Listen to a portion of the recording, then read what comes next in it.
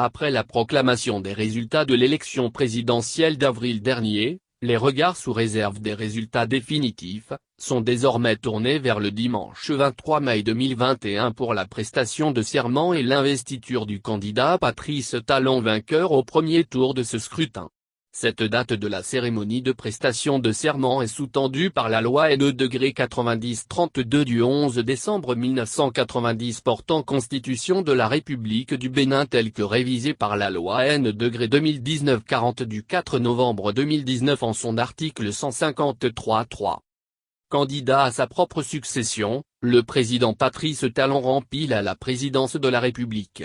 C'est du moins ce qu'on peut retenir des résultats sortis des urnes et proclamés par les institutions compétentes en charge de l'organisation du scrutin du dimanche 11 avril dernier. Après ces résultats, le processus de la présidentielle de 2021 va connaître son épilogue avec la prestation de serment et l'investiture du candidat élu Patrice Athanase Guillaume Talon. Ainsi, comme le stipule la loi N-90-32 du 11 décembre 1990 portant Constitution de la République du Bénin telle que révisée par la loi N-2019-40 du 4 novembre 2019 en son article 153.3 dernier alinéa, le président Talon élu entre en fonction et prête serment le 4e dimanche du mois de mai. À cet effet, le serment de l'homme sera reçu par le président de la Cour constitutionnelle devant l'Assemblée nationale, la Cour suprême et la Cour des comptes telle que prévue à l'article 53 nouveau de la loi fondamentale en vigueur. Au rythme de 21 coups de canon, va-t-il prononcer ce jour le serment dont la teneur suit,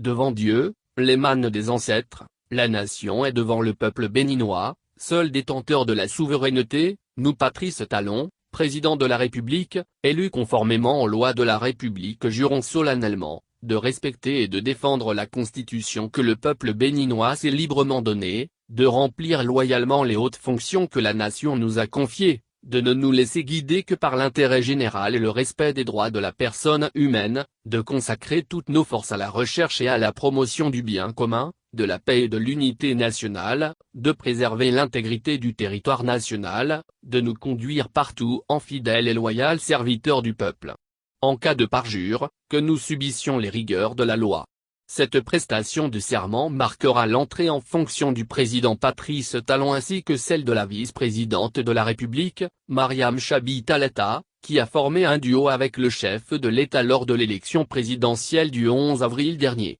En attendant le 23 mai prochain, il faut dire que Patrice Talon investi le 6 avril 2016 pour son premier quinquennat aurait dû terminer son mandat et prêter serment mais il demeure toujours le président de la République.